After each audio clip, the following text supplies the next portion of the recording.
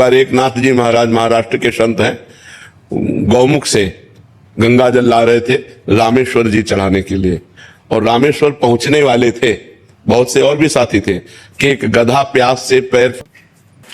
महाराज जी, मुझे नाम जप करना बहुत प्रिय है। मुझे यार ये भगवत तो बहुत प्राप्ति। बढ़िया बात है। नाम जप करना बहुत प्रिय है, ये तो बहुत दुर्लभ बात है, बहुत दुर्लभ बात है। भगवान के नाम जप में प्रीति हो गई तो बता संसार को पर विजय प्राप्त कर लोगे, भगवान को अधीन कर लोगे। सुमिर पवन सुत पावन नामू, अपने बस करी राखे रामू। भगवान का नाम जप करके हनुमान जी राम जी को अधीन किए, राम जी प्रेमाधीन है। पर पैसा भी कमाना है महाराज जी। हाँ, तो नाम जप करते हुए खूब मेहनत करो, पैसा कमाओ और अधिक पैसा आएगा।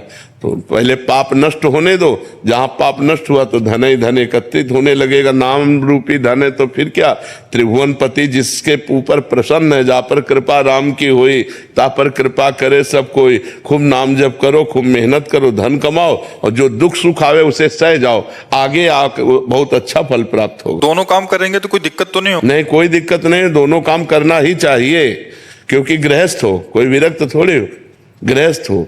विरक्त केवल भगवान का भजन करता है तो देखो भगवान ही सब करते हैं, किसी से मांगा थोड़ी जाता है। जय भगवान, संत और सदग्रंथ कहते हैं कि कर्तव्य पालन आवश्यक है। क्या कर्तव्य पालन किए बिना भजन साधन सफल नहीं होगा? कई बार आर्थिक स्थिति या अन्य कई कष्टों के कारण घर के परिजनों के सेवा नहीं कर पाता, तो क्या मेरा भजन नाम जब व्यर्थ हो जाएगा? नहीं, भजन नाम जप ये भगवत प्राप्ति के लिए अलग क्षेत्र है, और कर्तव्य पालन अलग क्षेत्र है।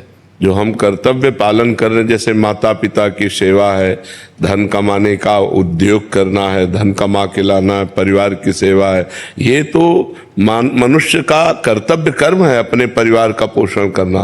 पर जो नाम जप करना है, भगवान का ध्यान करना है, भगवान का पूजन करना है, ये भगवत प्राप्ति के लिए महान कर्तव्य है, परम कर्तव्य है। कर्तव्य और परम कर्तव्य, धर्म और महान परम धर्म, इसमें अंतराय होता है। ये लौकिक कर्तव्य है, वो अलौकिक कर्तव्य है। भगवान का नाम जप, उसमें ये थोड़ी कि ये नहीं किया तो उसमें बाधा पड़ जाएगी।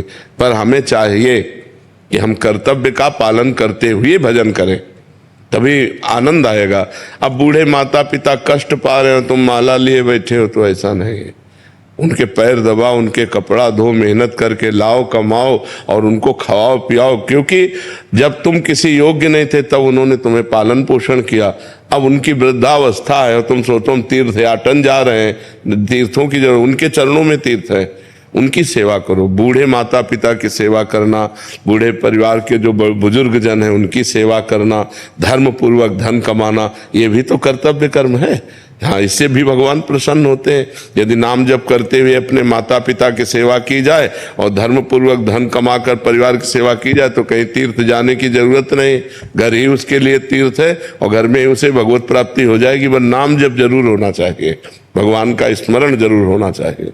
महाराज जी, मैं कुछ फल व खाना का सामान लेकर मंदिर जा रहा था कि मंदिर के पास एक कुत्ता भूखा बैठा था, तो सामग्री मंदिर में देनी चाहिए या भूखे कुत्ते को खिला देनी चाहिए? भूखे कुत्ते को देना चाहिए, भूखे कुत्ते को देना चाहिए। एक बार एक नाथ जी महाराज महाराष्ट्र के संत हैं, गौमुख से गंगा जल ला रहे थे रामेश्वर जी चढ़ाने के लिए, और रामेश्वर पहुंचने वाले थे, बहुत से और भी साथी थे कि एक गधा प्यास से पैर फड़फड़ा करके जवान निकाले हुए तड़प रहा था।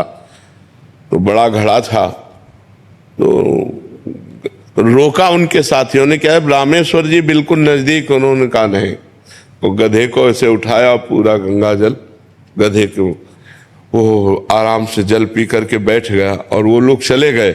और जे ही बैठा तो देखा भगवान भूत भावन शंकर उसी से प्रकट हो गए। एक नाथ जी के सामने गधे, क्योंकि सर्वत्र भगवान है ना, तो वहां से भगवान प्रकट हो गए।